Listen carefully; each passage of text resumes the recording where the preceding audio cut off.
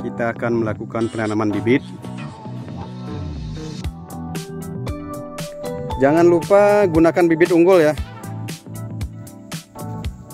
Hari ini kita mulai penanaman bibit. Untuk aplikasi pupuk di lubang tanam kita menggunakan fosfat SP36. Sebenarnya yang bagus itu rock fosfat ya, mungkin karena di tempat kita agak sulit mencarinya. Pupuk dasar kita gunakan SP36. Dosis kita sesuaikan sekitar 600 gram per lubang tanam. Akan kita lihat pengaplikasiannya. Di lubang tanam ini seminggu yang lalu sudah kita aplikasikan dolomit. Jadi kita kasih dosis sekitar 2 kg per lubang. Kita tebar di galian sama di lubang tanam ya. Di lubang tanam, di dinding dan di dasar. Nah, langkah awal untuk penanaman bibit, topsoil ini yang sebelah kiri kita pisahkan kemarin, kita timbun terlebih dahulu lubang tanam ya. Jadi setelah bibit masuk di lubang tanam, kemudian yang tanah lapisan kedua kita timbun. Jadi topsoil pertama kita timbun ke lubang tanam, baru disusul oleh lapisan yang kedua ini. Kita mengaplikasikan pupuk dasar menggunakan SP36. Dosis yang kita gunakan satu peres ini ya, sekitar 600 gram. Kita aplikasikan di lubang tanam.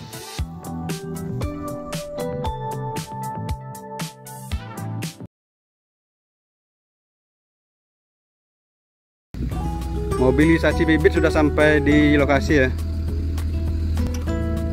Kita menggunakan varietas PPK Sedampi.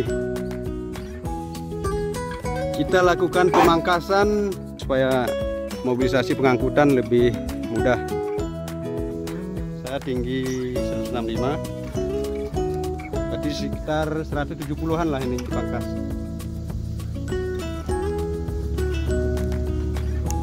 Nah, bibit ini kalau tidak dipangkas mungkin tingginya lebih 2 meter ya.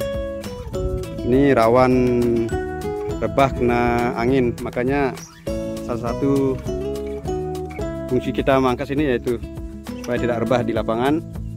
Selain serapan airnya berkurang sehingga bibit tidak terlalu stres saat kita tanam di lapangan. Usia bibitnya ini 1,5 tahun ya. 1,5 tahun. Jadi karena di sini kondisi lahan banyak hama, terutama kera, jadi kita gunakan bibit yang agak besar sehingga serangan bisa diminimalisir, serangan hama dari kera.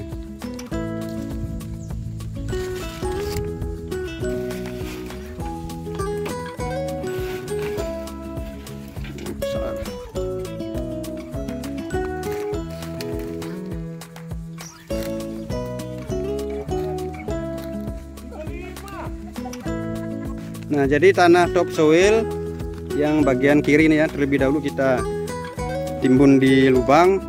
Nah, setelah itu kita aplikasikan pupuk dasar SP36. Kita gunakan dosis sekitar 600 gram.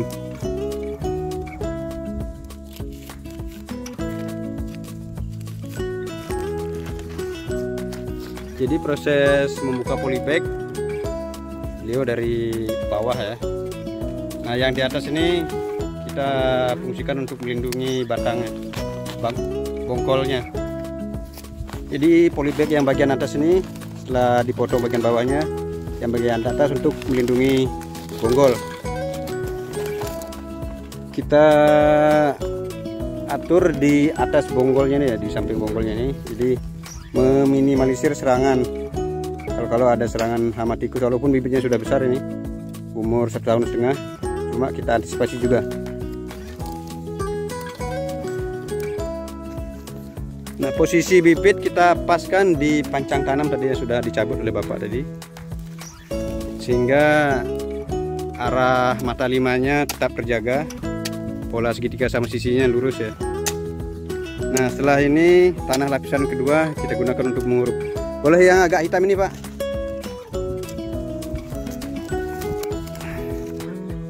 Nah, lapisan kedua ini kita gunakan untuk bagian atasnya, untuk urukan bagian atas.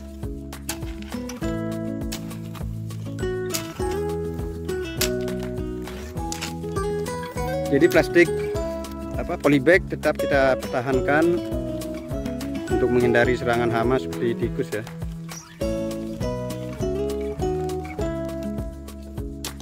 Jadi tanah lapisan atas terlebih dahulu kita uruk tadi yang sudah kita laksanakan. Kemudian setelah itu lapisan kedua. Varietas yang kita gunakan ini PPKS Dampi. Jadi jenis ini termasuk pelepah panjang. Makanya untuk jarak tanam kita menggunakan 9,5 kali 9,5 kali 9,5 segitiga sama sisi atau mata 5. PPKS Dampi termasuk pelepah panjang. Rekomendasi jarak tanamnya 9,4. Namun di lapangan kita tambah lagi 10 cm menjadi 9,5. Untuk memudahkan penanaman, bibit diecer terlebih dahulu ya, diletakkan di samping lubang tanam. Jadi diecer, diangkut mendekati lubang tanam.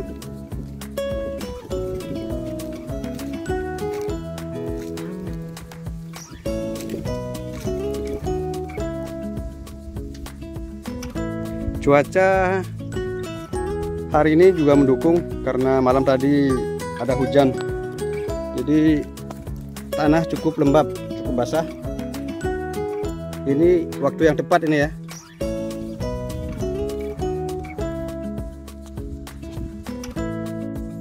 Jadi PPKS Dampi ini kalau melihat spesifikasinya dari Balai Resmi PPKS Medan ya, termasuk pelepah panjang.